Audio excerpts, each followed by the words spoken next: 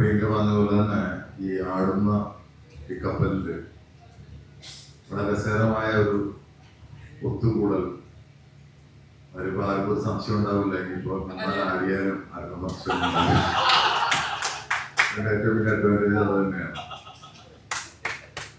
എന്തായാലും ഈ പരിചിതമായ മുഖങ്ങളിൽ ഇങ്ങനെ ഒരു ആശയത്തിലേക്ക് വരാനുള്ള ഒരു കാര്യം തുടങ്ങുന്നത് തന്നെ ഞാൻ ദിവസം ഈ ഞാൻ എതിരായിട്ടുള്ള ഈ തല്ലുപിടുത്തങ്ങളുടെ ഇടയിൽ എതിരാളിക്കുള്ളൊരു വലിയ കാര്യം പ്ലസ് പോയിന്റ് എന്താണെന്ന് വെച്ച് കഴിഞ്ഞാൽ നമ്മൾ പറയുന്ന കാര്യത്തിന്റെ ഗൗരവം മനസ്സിലാക്കി അതിനുവേണ്ടി 100% സിൻസിയറായിട്ട് വർക്ക് ചെയ്യുന്ന ഒരാളാണ്. ഈ കൂട്ടത്തില് ബാബുവിന്റെ കാര്യം പറഞ്ഞ പോലെ ബാബു ഇവരും തമ്മിൽ ഭയങ്കര ഉടക്കായിരുന്നു. ആ ഉടക്ക് ബാബുവിനറിയില്ല, അത് തീർത്തത് ഞാനൊരു ദിവസം ഇത് പറഞ്ഞുകൊണ്ടിരിക്കുമ്പോൾ ഞാൻ പറഞ്ഞത് ഇത് ഡയറക്റ്റ് ചെയ്യാൻ ഏറ്റവും ബെസ്റ്റ് ഇടവേള ബാബുവാണ്. ഞാൻ പറഞ്ഞു ചോദിച്ചു. അപ്പോ എൻ്റെ അടുത്ത് ചോദിച്ചു, ഞാൻ പറഞ്ഞ അദ്ദേഹം ഏറ്റവും കൂടുതൽ ഷോ ഡയറക്റ്റ് ചെയ്ത ഒരാളാണ്. അപ്പൊ അതിനുവേണ്ടി സിൻസിയറായിട്ട് നിൽക്കുന്ന ഒരാളാണ്. അമ്മയുടെ പല കാര്യങ്ങളിലും ഞാനും ബാബുവും ഈ പറയുന്ന പോലെ ഞങ്ങൾ പകല് എത്രയോ പ്രാവശ്യം തന്നെ പിടിച്ചെങ്കിലും ഞങ്ങളൊരു കാര്യം പ്രാക്ടിക്കലായി ഇറങ്ങിക്കഴിഞ്ഞാൽ അത് നടത്തിയെടുക്കുന്ന വാശിയുള്ള ആൾക്കാരാണ്. അപ്പൊ ഈ ഒരു ആശയത്തിലേക്ക് വരാനുള്ള കാരണം നമുക്കറിയാം, പണ്ടെല്ലാം ഇതിപ്പോ അഭിപ്രായ വോട്ടെടുപ്പിലൂടെയുള്ള ഒരു അവാർഡാണ്. നമുക്കറിയാം കുറച്ച് പഴയ ചിന്തിച്ചു കഴിഞ്ഞാൽ നാനയാണ് ഇങ്ങനെ ഒരു അവാർഡ് പണ്ട് ഉണ്ടാക്കിയിരുന്നത്, അഭിപ്രായ സർവേ എന്നൊക്കെ പറഞ്ഞു. ഇന്ന് ആ സമയത്ത് ഞാൻ 10 നാന മേടിച്ചിട്ട് എൻ്റെ തന്നെ പേര് ഷിക്കിയൊക്കെ ഇടുന്നുണ്ട്, കിഷൂതി മേടിച്ചിട്ട് ആ കാലഘട്ടത്തിൽ. പക്ഷെ അതിലൊന്നും അതിവിടെ പോയില്ല, കാരണം മറ്റേ അപ്പൊ ഇങ്ങനൊരു കാര്യമായിട്ട് അദ്ദേഹം വന്നപ്പോൾ ഞാൻ അതിനോട് പറഞ്ഞു, നിങ്ങളത് നല്ലൊരു അവാർഡ് ഫംഗ്ഷൻ കിട്ടി. കാരണം നിങ്ങൾക്ക് ഇത്രയധികം ബന്ധങ്ങളും എല്ലാവരുമായിട്ട് നല്ല കണക്ഷൻസും ഉണ്ട്. ഇപ്പൊ ഇവിടെ തന്നെ കൂടുതൽ സഞ്ചരിക്കുന്ന ഈ കപ്പലിൽ തന്നെ ഇത്രയും പേരെ കയറ്റാൻ പറ്റുമെങ്കിൽ അത് വിചാരിച്ച പലരും നടക്കും. ഇപ്പൊ നമ്മുടെ സൂപ്പർ സ്റ്റാറുകളായ മമ്മൂക്കയായാലും ലാലേട്ടനായാലും സുരേഷ് എല്ലാവരോടും നല്ല ബന്ധം കീപ്പ് ചെയ്യുന്നതാണ് നമുക്ക്. അപ്പൊ ഞാൻ ഈ ആശയം പറയുകയും അലി ഇത് സമ്മതിക്കുകയും അതിനുവേണ്ടി ആര് എന്ന് ചോദിച്ചപ്പോൾ ഞാൻ പറഞ്ഞ ഇടവേള ബാബുവിന് കിട്ടിയ ഏറ്റവും ബെസ്റ്റ് അതാണ് എന്ന് പറഞ്ഞിട്ടാണ് ഇവരുടെ സൗഹൃദം ഇങ്ങനെ വന്ന് ഇങ്ങനെ ഒരു പ്രോഗ്രാമിലേക്ക് എത്തുന്നത്.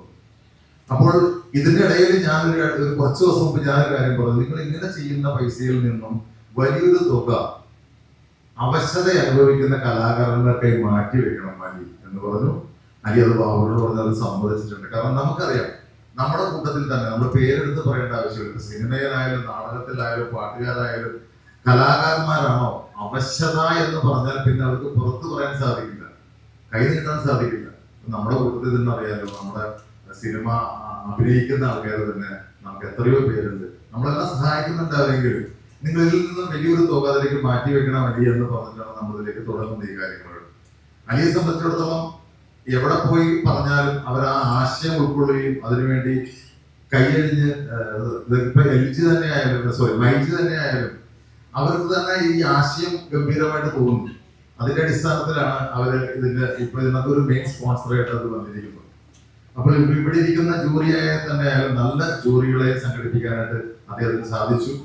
ഈ ഒരു പരിപാടി, ഈ ഒരു പ്രോഗ്രാം എനിക്ക് 100% ഉറപ്പുണ്ട് ഇതൊരു വലിയ ഷോ ആയിട്ട് ഏപ്രിലിൽ നടത്താൻ സാധിക്കും എന്നുള്ള കാര്യത്തിൽ എനിക്ക് വളരെയധികം ഉറപ്പും വിശ്വാസവും ഉണ്ട്. ഇതൊരു എന്ന് പറയുന്ന പണ്ട് ഞാനൊരു ചാനല് ഒരു പത്രമാധ്യമത്തിന്റെ പേരെടുത്ത് പറയുന്നില്ല, എനിക്ക് തോന്നുന്നു എനിക്കൊക്കെ അറിയാനായില്ല. ഇത് നമ്മുടെ കുടുംബസംഗമം നടക്കുന്ന സമയത്ത് നമുക്ക് അന്ന് ആകെ ഉണ്ടായിരുന്ന ഒരു വരുമാനം, കാരണം ആദ്യത്തെ കുടുംബസംഗമം നടക്കുന്നത് ഇന്നത്തെ പോലെയല്ല, വളരെയധികം പ്രശ്നങ്ങളുള്ള അമ്മ പൂട്ടി, അമ്മ ഷട്ടറിട്ടു, അമ്മ ഇല്ല, സംഘടന ഇല്ല എന്നൊക്കെ പറയുന്ന സമയത്താണ് ആദ്യത്തെ കുടുംബസംഗമം നടക്കുന്നത്. പലരും നമ്മളോട് ചോദിച്ചു, സംഘടന ഉണ്ടോ, നമുക്ക് വരുമോ, ലാലേട്ടൻ വരുമോ എന്നൊക്കെ ചോദിച്ച സമയത്ത് നമുക്ക് ആകെ ഉണ്ടായിരുന്നത് ഉറപ്പ് അലിയായിരുന്നു. എന്നാൽ അലിയോട് നമ്മൾ പറഞ്ഞ അലി അതിനു മുമ്പ് നല്ല പൈസ ഞങ്ങളും കൂടുതൽ ഉറപ്പ്. അലി പറഞ്ഞ് നിങ്ങളെന്താ ഇങ്ങനെ, നമ്മൾ അങ്ങനെയല്ലത്, അത് വേണം. ആ പൈസ കണ്ടിട്ടാണ് നമ്മൾ അന്ന് കുടുംബസംഗമം തുടങ്ങുന്നത്. ആ കുടുംബസംഗമം ഗംഭീരമായി, വലിയ വിജയമായി. അപ്പോൾ അതിന്റെ പുറകിലുള്ള കംപ്ലീറ്റ് ആളുകളും ഇതിന്റെ പുറകിലുണ്ട് എന്നുള്ളതാണ് ഇതിന്റെ ഏറ്റവും വലിയ അനുഗ്രഹമായിട്ട് എനിക്ക് തോന്നുന്നത്. പ്രത്യേകിച്ചും ഈ ബാബുവിനൊക്കെ പറഞ്ഞാൽ ബാബുവിന് അറിയാലോ, വേറെ പെണ്ണും പിടക്കോഴിയൊന്നും ഇല്ലാത്തതുകൊണ്ട് ഇനി 24 മണിക്കൂർ ഇതിന്റെ പുറകെ തന്നെ ആയിരിക്കും എന്നുള്ള കാര്യം എനിക്ക് 100% ഉറപ്പാണ്. അപ്പോ ഈ ഒരു പരിപാടിയുടെ വിജയത്തിനുള്ള എല്ലാ ആളുകളെയും സംഘടിപ്പിക്കാനായിട്ട്, അതുപോലെ നവീൻ, ഞാൻ എടുത്തു പറയേണ്ട ഒരാളാണ്. നമ്മുടെ ഈ കഴിഞ്ഞ കുടുംബ സംഗമത്തിനൊക്കെ നവീനും അതുപോലെ അതിന്റെ പുറകെ പ്രവർത്തിച്ച ആൾക്കാരെല്ലാം ഇതിന്റെ കൂടെ തന്നെ ഉണ്ട്. അപ്പു ആയാലും എല്ലാവരും ഇതിന്റെ പുറകെ തന്നെ ഉണ്ട്. അപ്പോൾ ഇതൊരു ഗംഭീര ഷോ ആവട്ടെ, വലിയ വിജയമാവട്ടെ. അതിനുശേഷം ഇതിന്റെ വിജയം ഇതുപോലെ തന്നെ ആടി നമുക്ക് ആഘോഷിക്കാൻ ഫ്ലൈറ്റിനാണ്. ഓ പ്രശ്നമായിരിക്കും, ഫ്ലൈറ്റിൽ നിങ്ങൾ പ്രശ്നം പോയത്. അപ്പൊ അങ്ങനെ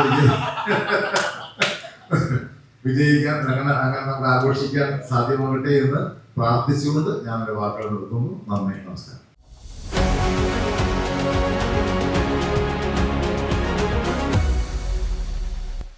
ഹോം അപ്ലയൻസ് വാങ്ങാൻ ഒരിടത്ത്, ക്രോക്കറി വാങ്ങാൻ വേറൊരിടത്ത്, ഗാഡ്ജറ്റ്സ് വാങ്ങാൻ വേറെ എവിടെയോ ഒരിടത്ത്. അതെ, എന്തിനെങ്ങനെ പലയിടത്ത് ഓടണം? മൈജി ഫ്യൂച്ചർ ഉണ്ടല്ലോ.